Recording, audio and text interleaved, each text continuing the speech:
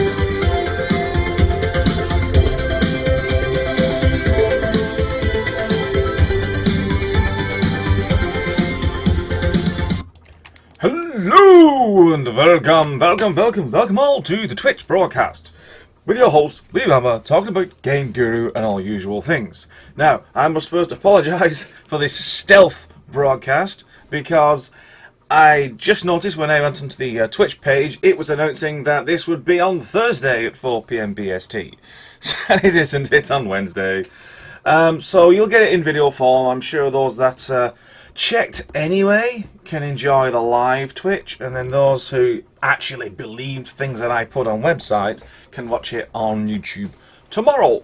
And there'll actually be another Twitch broadcast tomorrow, same time, but this time talking about EduK, a little bit about a brand new HTML5 export option, which is pretty awesome. And I'm going to just show you how to take a game and put it onto a browser, and all the little gotchas that you got to watch out for. So you might be interested in that. If you wanted to sort of spread your wings across platform, then you can join me on that tomorrow. But that's not what we're going to talk about. We're going to talk about Game Guru today, right now. And I took the liberty of going to the forums to see if there's anything you wanted me to talk about specifically, and there was. So I think it's a good suggestion. I'm probably going to take it. But look, there's a new... there it is, last page. Dun, dun, dun, dun, dun, dun, dun, dun. And it's at the bottom. And where is it? Here it is. It's from Astral Blood Knight. He asks, "Hey guys, I'm wondering something. Is it possible to make a mod script that will allow you to spawn an unlimited amount of AI, for example, round-based, where the player is to shoot targets, or maybe even zombies, for points, and see if they can get the highest possible score? At the moment, it seems you can only do is spawn an object and then hide, and then when you want them to spawn, but it's not what you want to be able to spawn millions of AI in order to do what I'm talking about." Yes, you can do that. Game Guru has this ability, but it's not straightforward. You're going to have to do a little bit of scripting, not too much, and I'm going to be able to show that to you now. In addition to that, if you've got any questions out there in live land, please feel free to post your questions with a question mark, and then I will glance across to the chat window. You can't see it on my screen, it's on a second screen. I can see any questions, and then I'll interject the answers as I'm doing this demonstration. So first thing I'm going to do is launch my dev version, which is currently at beta 7. I'm making some outlandish additions to this build. It was only supposed to be a really quick bug fix build and a few little tweaks, but it's turned into something a little bit bigger, which is also good, but it just requires a lot more testing, a lot more refinement, and adding one thing spawns two more things, and those things have to be added and tested as well. So we're going to start with some simple premise. That is, we're going to start our game here. We're going to start with a weapon. I'm going to use the Uzi and give myself 1,000 ammo and lots of health, so we can survive this game. Then you're going to want an enemy. So we'll drop in a soldier, and then we'll save. A little test file, and we'll run. Now this is the traditional, most people would do this. You drop in an enemy, you start here, you got a gun, enemy's over there, run up to the enemy, shoot the enemy, and then you've won the game. Or rather, you know, take his gun, ha ha ha. So that's how you would normally do it. Also, you have this where you could not spawn the enemy at the start, and then spawn them later. But I think what you would like is this guy keeps spawning all the time, so you kill him and spawns again, kill him, spawns again, kills him, spawns again. And there is a way to do that. But the thing is, because when you kill an enemy, his script deactivates. You can't have a script to reactivate it because that script's not running. So you need another script, a secondary script that monitors this enemy, so that when they die, this other script then will respawn them. And traditionally, we use barrels in order to create a secondary logic. Barrels can be used for anything. There's going to be a joke in a couple of years about all the extra barrels in a Game Guru level, just holding all the sounds and scripts and things. So we're going to make sure that it's dynamic, which it is. Make sure it's always active, so the script's always running, no matter how far away from this barrel we get. And we want to give it a script.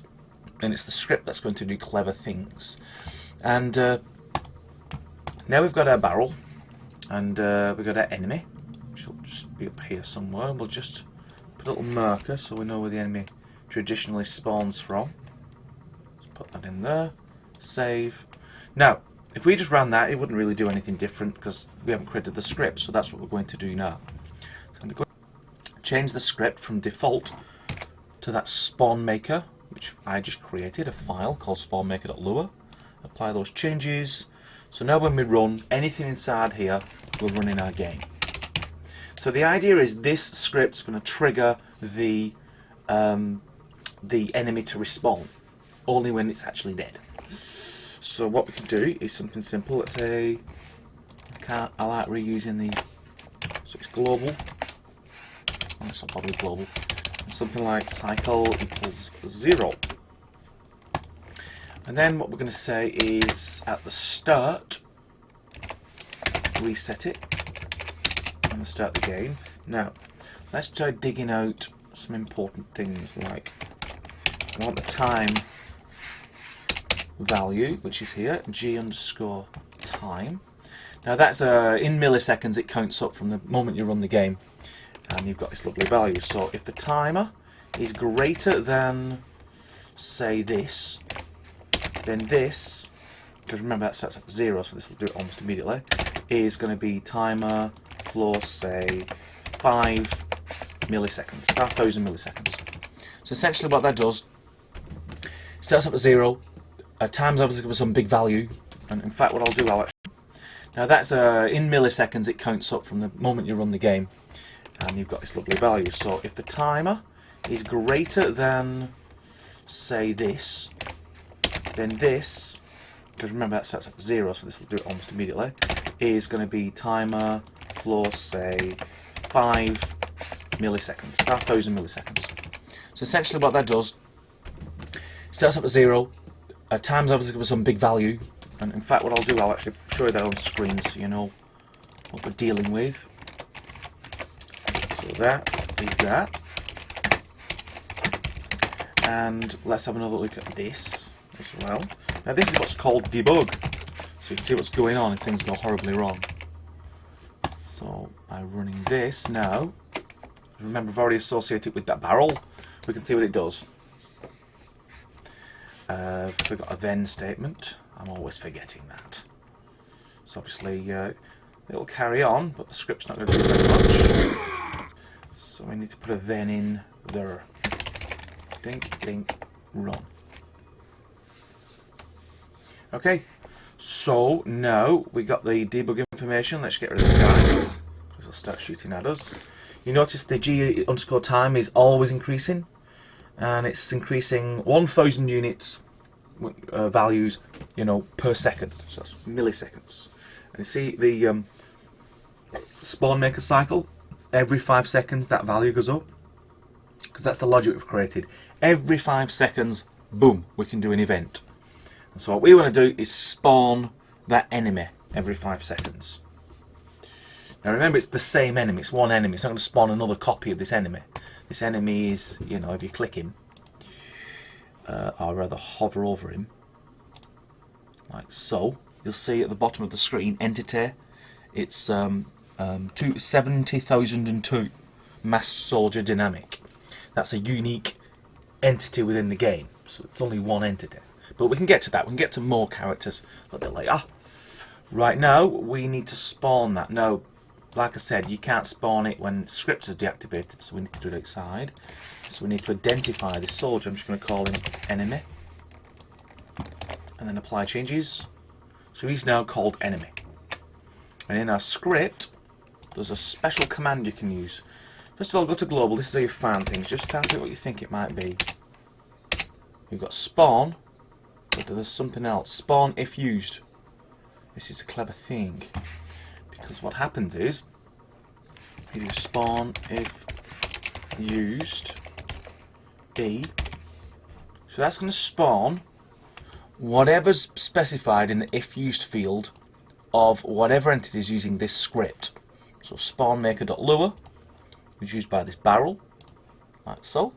And you see an if used field, you can put something in there. Now we're going to put in enemy. That means as soon as this 5 seconds is up, an event's triggered where it spawns whatever I've tapped in if used, which is enemy, which is that character. So that completes and connects the logic. So now when we run it, and we shoot the bad guy, it should spawn it.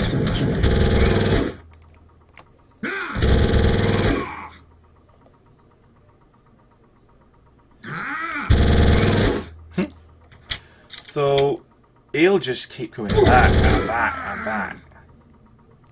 It's relentless. But here's the thing. Look, I'll let him run, and after 5 seconds, he spawns. So that may not be what you want. Enemies having a half-life of 5 seconds, and then they basically spawn again and again and again. You only really want that to happen when you've actually killed them. I think that would make more sense. Now it gets a bit tricky, because it's like, well, how do I know that? Yeah, it's like I'm doing spawn if used, but it's spawning it even when it's still alive. So you kind of want to know. And because spawn if used isn't just spawning one enemy, it's spawning anything that's called enemy, essentially. Anything that's called enemy, it spawns it, whether it's alive or not. So that's just the very quickest way you can actually spawn creatures and also or characters. And what it also means is, I'll demonstrate what I was talking about. If I had 3, like so, they're all called enemy. You see, I've just copied, cloned them. So if we look into the properties, enemy. See, they're all enemy. So now my spawning thing, when it does spawn if used, it's going to spawn. It's going to hit that spawn command on all 3 of them.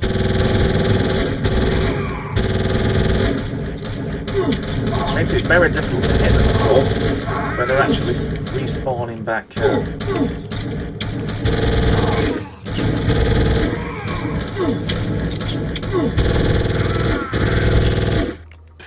So as you can see, something needs to be done. You really only want to spawn them when they've been killed.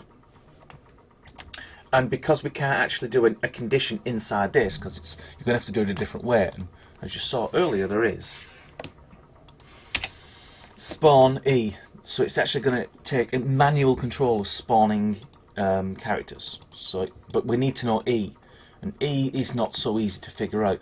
You can do it manually. I'll show you to do it manually first, but there's better ways where you can scan for the attributes of entities, and so you can know which is which. And then, but I'll just show you the hacky version first. When we add entities into our scene, starts at 70,001 and it works its way up.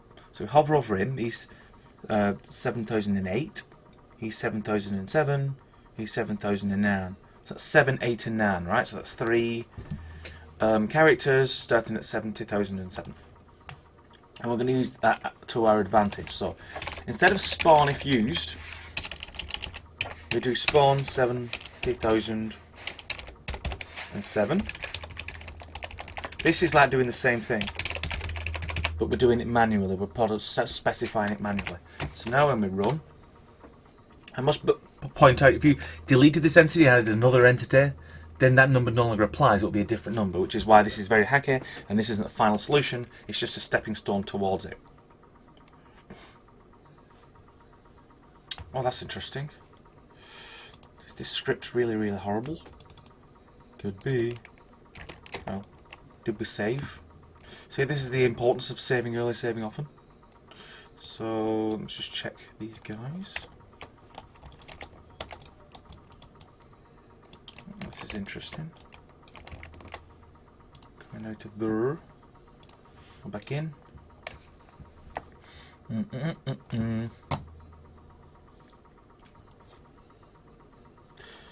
Actually, if this can be reproduced, then that's a pretty good bug I've just found. But problem is, with things like this, reproducing them is 9/10 of the fix. It's often very difficult to do that. Okay. So you're still, you're 70,005, 70,004, 70,002, 4 and 5. Save. 2, 4 and 5. 2, 4 and 5. So yeah, it's another warning. If you're actually hacking values in and issuing commands and those entities really don't exist, then, you know, let the buyer beware. So run that. And the way you'd actually do it is a loop, and you actually scan, find characters. Then once you've found those characters, boom, and you do stuff with them. So we've specified those 3, so after 5 seconds, spawn the command.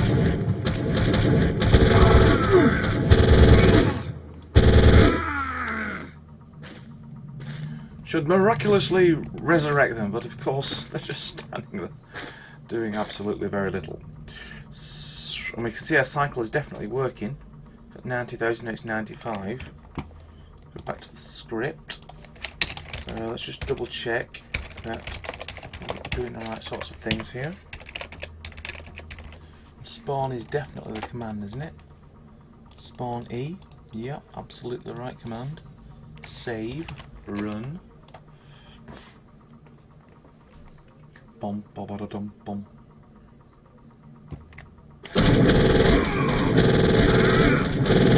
Yeah, definitely works.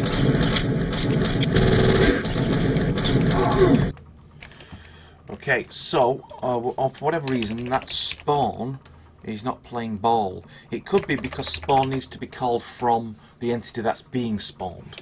So sort of remote spawning might not be on the cards for us. Maybe it's spawn if used. So let's try a couple of more things then. I'm going to keep that just in case we'll come back to it. But what I want to do is go to soldier, make a copy, make sure I'm not messing anything up. Wait a minute. Oh yeah, this is some of my early experimentation, wasn't it? Yeah, I already have made a copy of soldier, and I've already done AI soldier modifications. As you can see, I'm actually storing an initial position. So it grabs the X, Y and Z of the enemy at the very start, and then every time it sort of respawns, it resets its position, sets collision on, sets gravity on, and so it can carry on its merry way. So that's actually already been done. But what I would like to try is seeing if I can keep these enemies alive even after they've been ragdolled, as it were. So what I'm going to do is set up a prompt local, so put a little text all over them, and just I want you to find me, say that, and dink dink dink. Of course that's only going to apply if it actually has that. So it should display that with this value floating around. I don't want 3 enemies doing it, so what I'm going to do is just remove these guys for the moment. Save. Run. Should have some text floating about near the character now. Bum, bum, bum. To 7006. It don't like 7006 for some reason. Okay. Dun, dun, dun, dun. Maybe it hacked in. Yes. Okay, so spawner, if used, cats and dogs live together. So let's leave that for a second. Let's see what happens. Did we save? Yes, we did save. We should be able to run. Got an observation from White Quill on the live chat. If you destroy the entity before the 5 seconds is up, will the spawn error cause the entity... 5 seconds it's up. Will the spawner error cause the entity has been destroyed? Not sure of the question of that, but at least we've got a little text there. 602 it starts, and no runtime error, so that's what we want. So what we're going to do is, you notice the text has disappeared because the script is no longer running. I'm just going to try some silly thing. Always active, yes. So why am I doing this? Because I have a small theory that the script could maybe carry on running even after this character has fallen.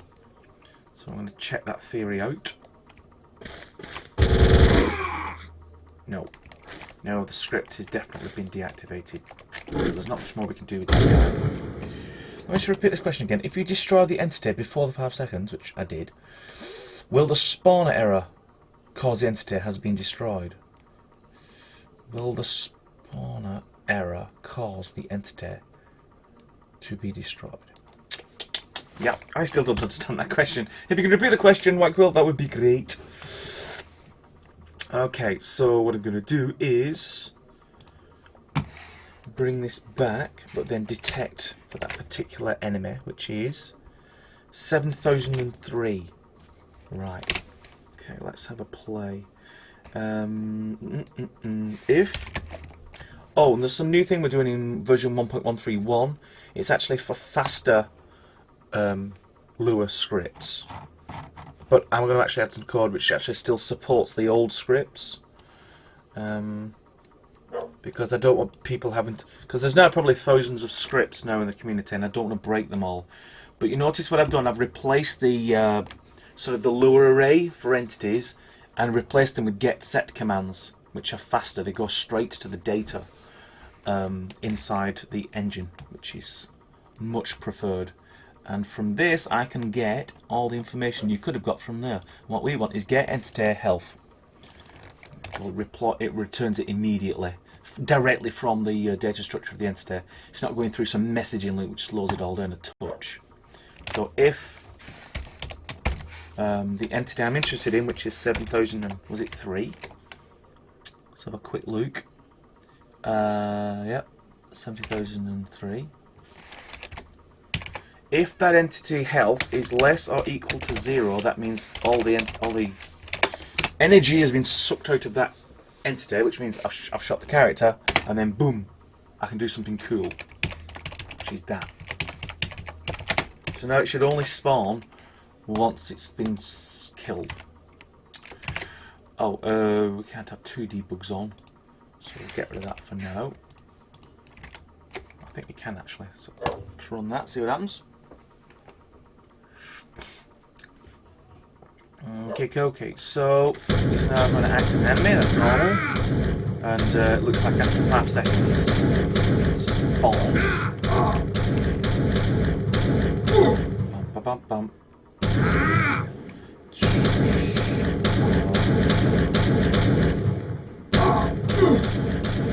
White Quill has just replied with his clarification. I'd spawner error cause the entity has been destroyed. Nope. Still don't understand it. Sorry, White Quill, I think we've got a language barrier to overcome. Maybe someone else understands what the question is and then they can rephrase it. That would be cool. In the meantime, I'm going to find out why my script is assuming that 70,003 is always that. So what I'm going to do is put that into the prompt. So I'm going to pop that in here instead. So dink and dink. So I'm always going to see what that value is immediately. I'm also going to remove the prompt here. And get rid of the else, don't need that anymore. And then we're going to run, see what happens.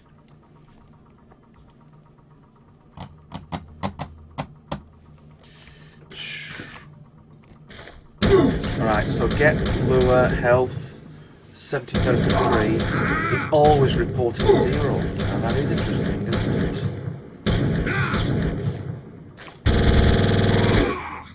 Yeah, it's as if it's ignoring that value. The properties. Okay. And it is definitely 70,003, isn't it?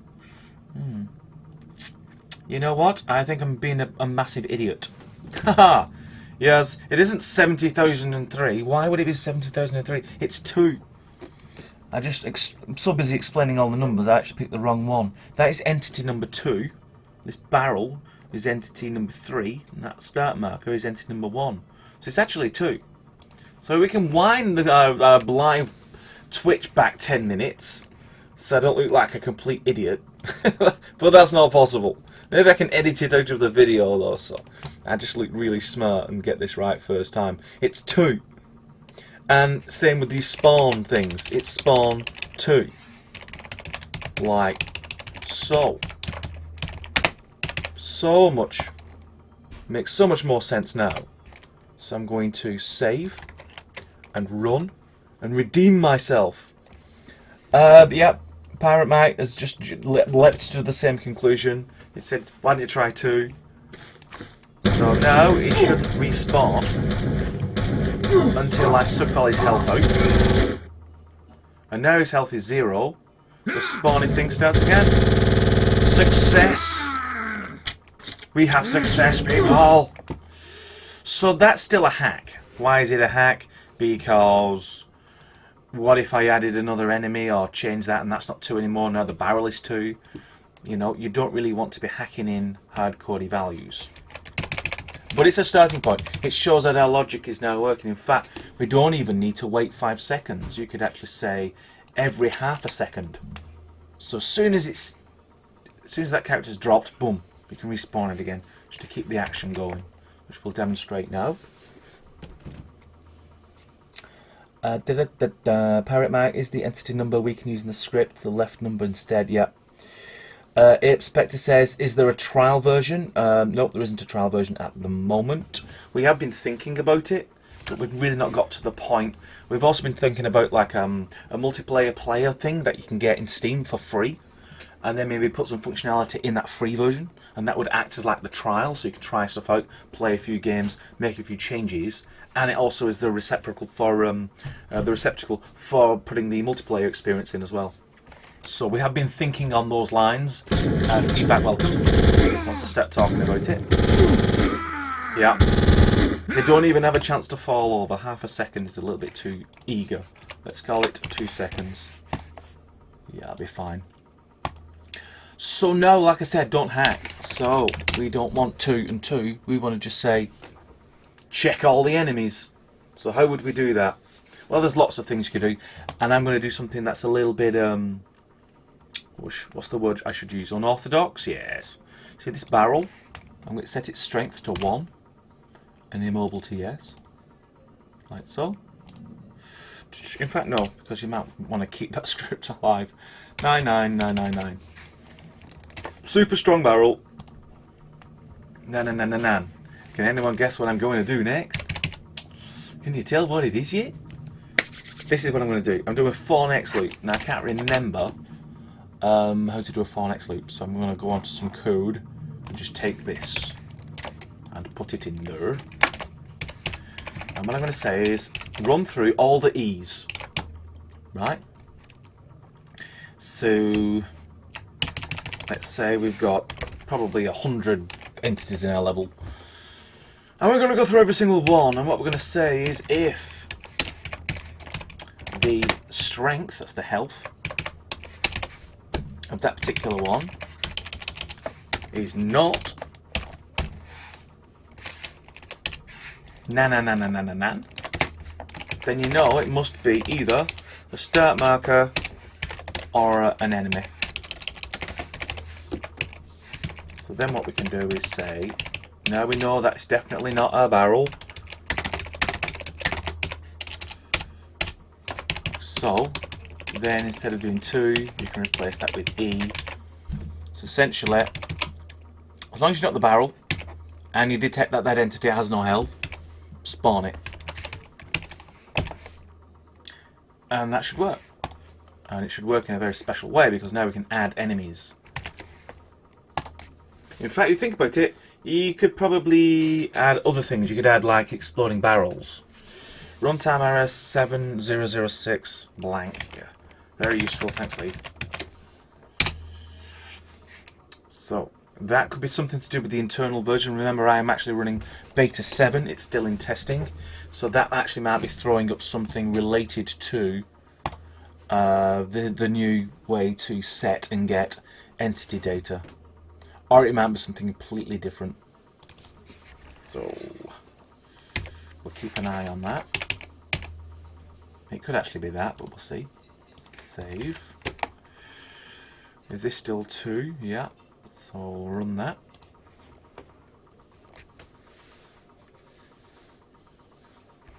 Bum, ba, ba, dum, bum, bum, bum. Ah, so we've got a little bug going on here. I'm going to assume it's that debug prompt. So I'm going to get rid of that. Actually, you can tell which script it is because when you run it, that error would relate to... Oh no, it's going to do that, isn't it? Okay, we'll remove this.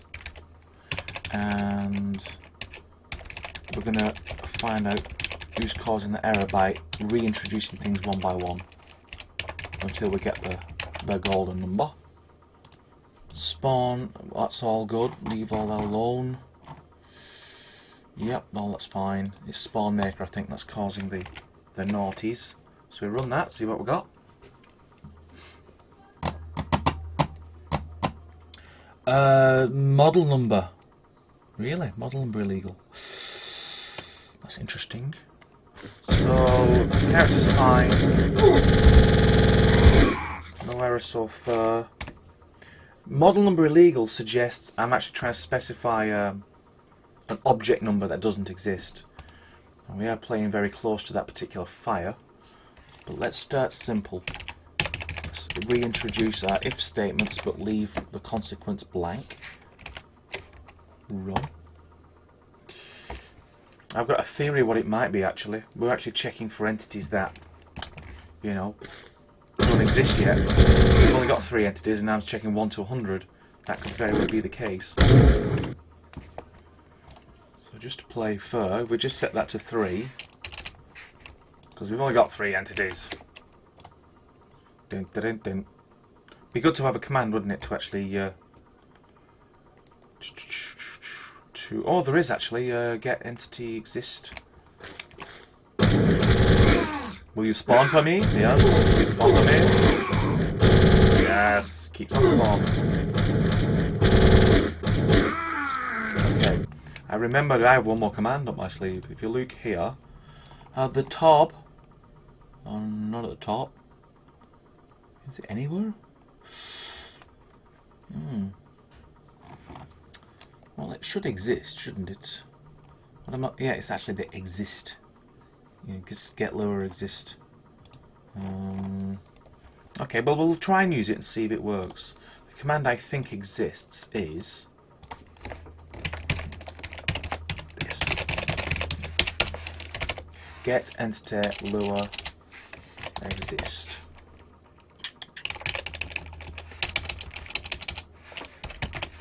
That way, if it only if it exists, will it actually try and get the health of something that may or may not exist. It doesn't try and spawn stuff that is already at 0. Maybe that player start marker is at 0. So, are we going to... Yeah, it doesn't exist. Maybe it's got an S on the end. Let's try S.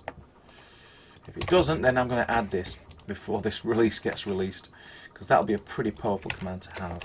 So come out, come back in, run again. Yeah, that command does not exist, but it should exist. We need it to exist, so I'm going to add it. The general good exists. That should be the command. Change log. Beta 7. Note. Add this command. Good stuff. So right now, what we're going to do is not cheat, but certainly take a few liberties. If we add in now 1, 2, 3, 4, 5 of these, 7, 6, 5, 4, 3, so that's 7. So we can run to 7. We know up to 7 entities exist, but not the barrel. But if it's less than that, then spawn. Happy days. You know what would be good to know, actually? Getting the... And this might cause the crash, actually, which will tell us which one it was. We print out the value of the start marker, because that is also an entity. Hover over that, that's 1. So if we look at the value of that 1, entity 1, I want to see what the health value of it is. Or it crashes. 10,000. Yeah, that's the health we set, isn't it? Alright, cool. So we can also exclude the start marker. So if that, and it's not 10,000, which is the player start marker, then all that's left for spawnability is the enemies. Happy days. Now run. Now what you should see is only when you kill them will they spawn. But otherwise they're going to run them all. Right behind the barrel. That's not good.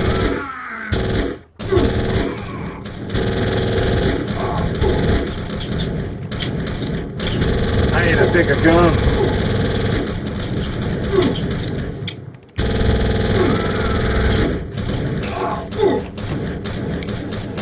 Okay, so now we've got our logic working and we're like, hey, now we're going to make it interesting and have them running out of, say, this tent. So if we just put that over the top, like so, it'll look like an endless stream of... And let's see if we can we actually keep that from being kicked around? Is immobile, yes. Save. And then run. Now it should appear that enemies are endlessly streaming out of this tent, providing the AI obstacle system works.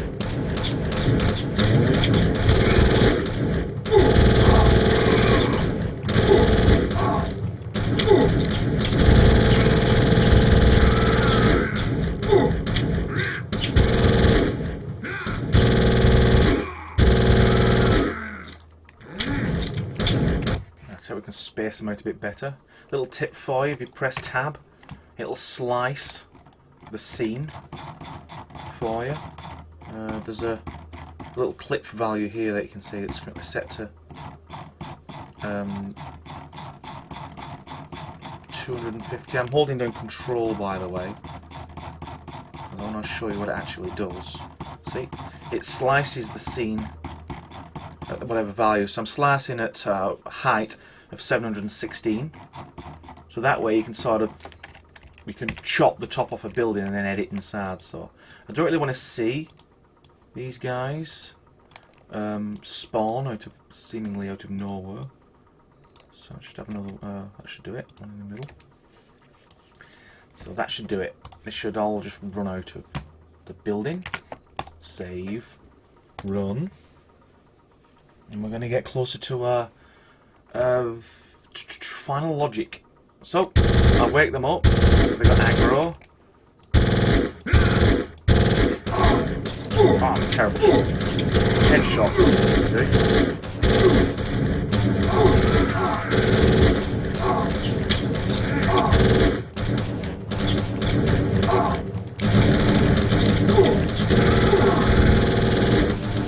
The Uzi has been set up so it can overheat, essentially. which means I don't want that as a weapon anymore. I'm going to change to, oh, I don't know, rocket launcher. Yes. Let's take these guys out. Got a question from White Quill. Unity would often tell you when you destroy a prefab. How do you make sure you don't do that? There are no prefabs really in them.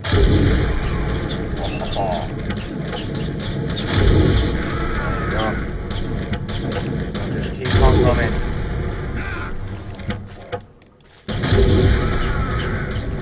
So that's 5. Now let's aim for millions.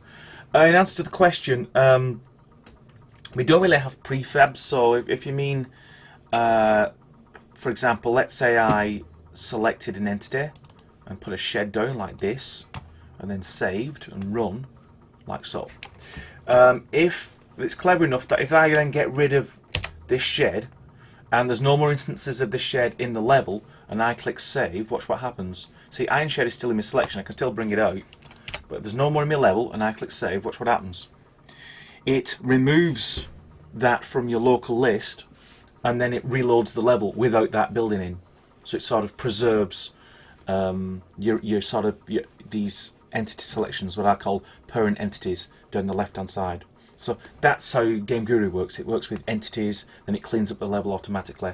You can't, for example, select this tent here on the left and delete that, and then it will automatically remove everything from the level. That's that. You can't do it that way around. That's pretty destructive. Maybe it's a feature you want, but that's currently not available in the editor. And if you do want it, just please do provide feedback, and it will be added onto the forums and let people discuss it. So what I think I'll do, just for lurks.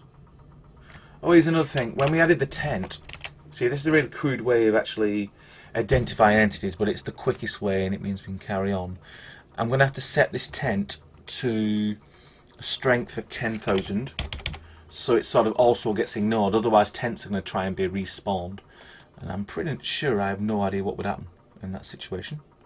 Apply changes, and then we're going to get it.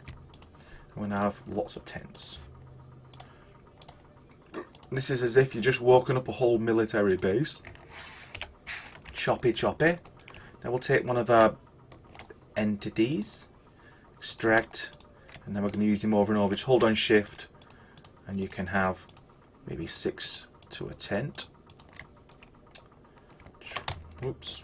Yep, good. I'll put some in here. And some more.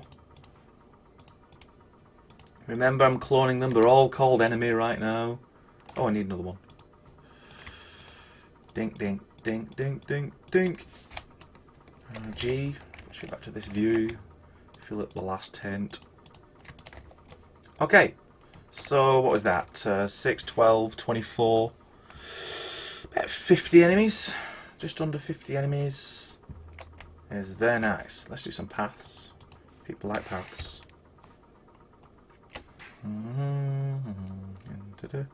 In through all these, then round, and then maybe they've got a central courtyard where they can do combat training and things like that.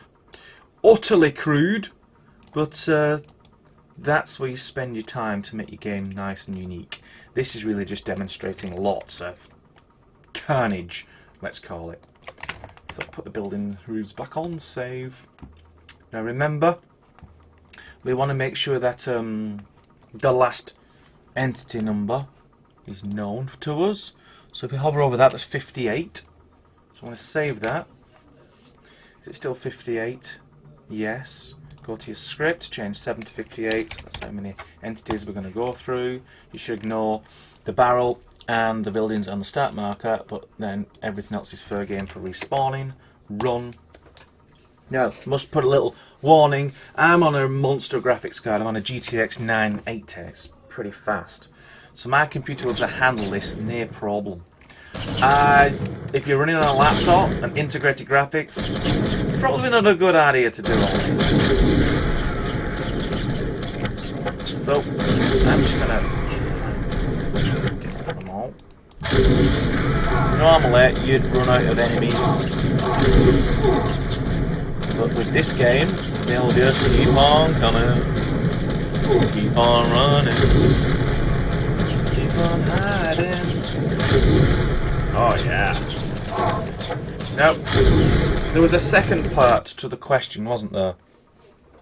You want to be able to score points, and I'm going to show you how to do that now. So let's get rid of these prompt things, because we're going to use this now to count how many times we spawned, which means that's the points we've got. Make sense? Yeah.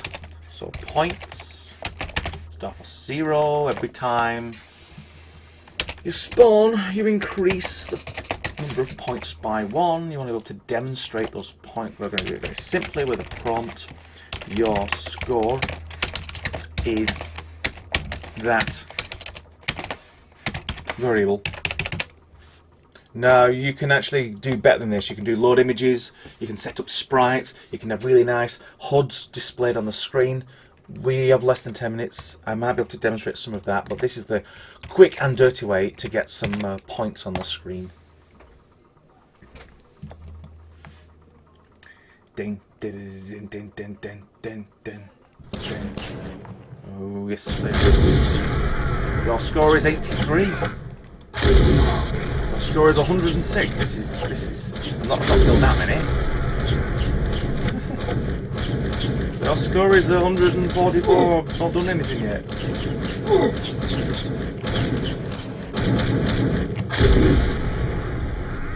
Quite clearly, there's something we need to do logic-wise. So let's have a look. Spawn points is 0 every time you do this. It increments. It could be that this condition is actually firing off quite a lot. You only want it to hit once, right? So how would we do this in clever ways?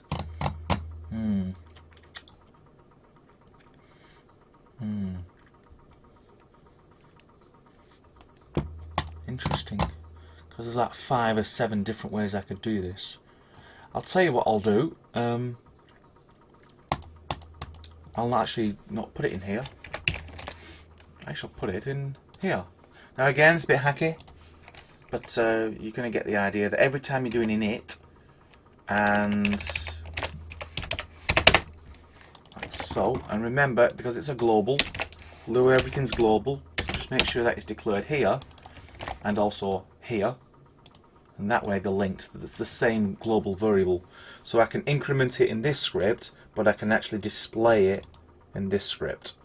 So now when we run, it shouldn't zoom up really, because that init's only ever called at the very first time and then on a respawn. So score is 0, being shot at. Kill these guys. When they respawn, score is 4. I want to kill some people in that background. Yep, that's right. So I've got the score going on.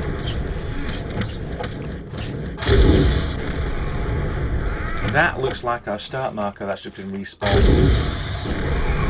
Of course, one thing, I'm just using the health in order to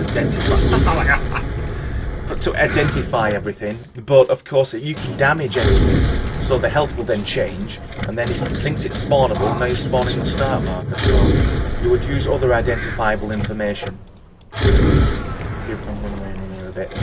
People don't know I exist yet. Hello. Hello, hello. I'm out here. I'm with the training ground.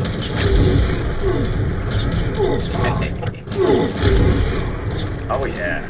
Now I've got 10,000 health. I'm pretty safe right now. But I think the idea of millions of AI is now very possible. And my score is 65, which means I can respawn 65. Oh yeah. Although your rocket's probably hurting me as well, actually. It's actually doing more damage than they are. But I think we're all getting the idea. This is infinite spawning.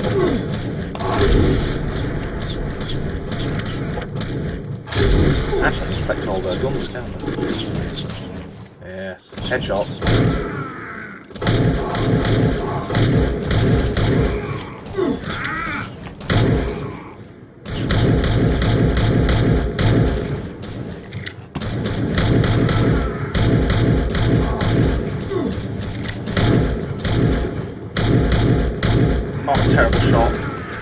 Terrible shot. Okay, so there it is. Just a recap. There's a simple script running inside a barrel which monitors whether an enemy has died, and if they have, it knows the E number so then it can respawn them. And the soldier has a little bit of extra code in here which initially figures out where they start from, because each entity will start from a different place. Store that in a global array, and then when the init is called, that's only called once when an entity is created for the first time or respawned. And because you only get this information once they've been alive, once they've actually run a main script, then this kicks in the second time round. Reset position will move it back to its original location, which was previously stored. And then you've got to make sure that the collision and the gravitate is activated so they don't float around in the air, which you can do if you want. And then you increase the points. That's just something just to keep a track of score. I should remember to restore this soldier script before this update goes out. Otherwise, people will have unwelcome code in their projects. So just going over to the live chat. We've got about 8 minutes left. So if there's got any questions, just fire away, and I can answer them. If it's about this or anything else, that's fine. Got a question. Can you remove the auto flatten, Lee? I know it's easy to do manually, but we tend to forget, and it ruins maps fast. Yeah. For those who don't know what auto flatten is, I'll show you. You can make a hill, like so, another hill, like so, and when you have a building, you see how it's sort of a pinky colour. If you press U, it's red. Red is static. Press Y, green is dynamic. So it's a static, and if I just dropped it up here like this, it would float. Look like you've just got your building that's just floating in the air. And we thought, people don't really want a building that looks like that. So we auto set something called auto flatten. So if you've got a building, something that we've deemed you really want the floor under it, it's the U key which toggles auto flatten on and off. So in auto flatten mode, which what happens? Dink. It actually raises the terrain to meet the building, because that's kind of what you want. But yeah, you could drag in and then forget you want to place it just here or something because you want a little rise inside the building. Forget it's auto flattening. You just screwed up the terrain. If you press Control and Z, it actually undoes that mistake. So if you do it by accident, you can Control Z and you can undo the devastation that it caused. If people around the globe hate auto flatten, or they want it off by default, kind of defeats really the object of assigning it to buildings then. But if more people agree and they don't like auto flatten on by default and would rather have it off, so you place it there and you think, well, in this particular case I actually want it to raise the floor, so then you press U, extract, and then it raises the floor, and then you've got that. So feedback welcome. You can do that in the forums, in the Steam forums, on the official forums. You can buy email, or Live Agent, or Facebook, or YouTube, or comments here. There's about 17 social feeds now that have to be regularly monitored. But yeah, anything is good. I'll get to it, I'll find it, don't you worry about that. And Parallate, highly maybe try something like if E not equal null. No, that wouldn't work. I mean, I presume you're referring to the ability to check the existence. Now, in the old way, you had an array like this, and you could actually do that. That would be a valid way of doing it, like so. But I'm getting rid of that array. In fact, it's gone. And I'm going to write some clever code which detects for that and that.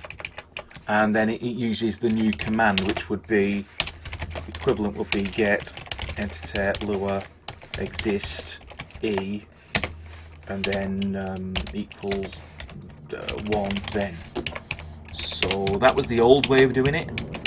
G underscore entity E, and that's going to be the new way of doing it. You can still have scripts that use this and these sorts of situations, whether it doesn't equal or equals, or the way you're accessing data like health. You know, you'll still be able to do that in your script because I want backwards compatibility, but it's not the most efficient way of doing it. So we're going to use this now. But yeah, I'm certainly going to get some feedback from the beta testers when this one goes out. So we'll see. Can't wait for the update. Thanks very much. Off by default is perfect. Okay, well, if I get more people making those sorts of noises, yeah, I can make it off by default. I just thought it was a really cool feature that for buildings, it sorted the floor out for you in one single go. But I can certainly understand not wanting to mess up your entire terrain that you've sculpted. But you can undo that if you wanted to. Can you let the ragdolls pile up? Well, that's the problem, you see. It's all the same entity. You know, this... shut the roofs off for a second. This character here, move him out, he's essentially the object.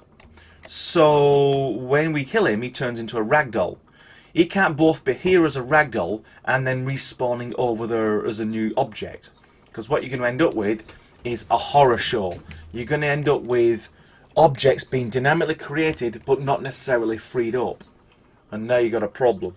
But what you can do if you wanted to pile up for a bit longer, if I just move him over there for a bit. And what you can do is increase the respawn time. So from 2 seconds to say 6 seconds. Save. Run. Essentially now what you're going to have the opportunity to see them pile up for a bit. End close to function. That's line 30. Let's have a look what I've just messed up. Oh yeah, it was my crazy experiments. Okay, can't have crazy experiments. Save. Leave. Run. And now you should get to see ragdolls piling up. And then after a couple of seconds, then they'll get removed. So let's get their attention. Hello, hello. Come out, wherever you are. I'm right here. Okay. That's it. So now they're going to hang around for a bit longer. Get some carnage going. And then after a while... I'm in a building.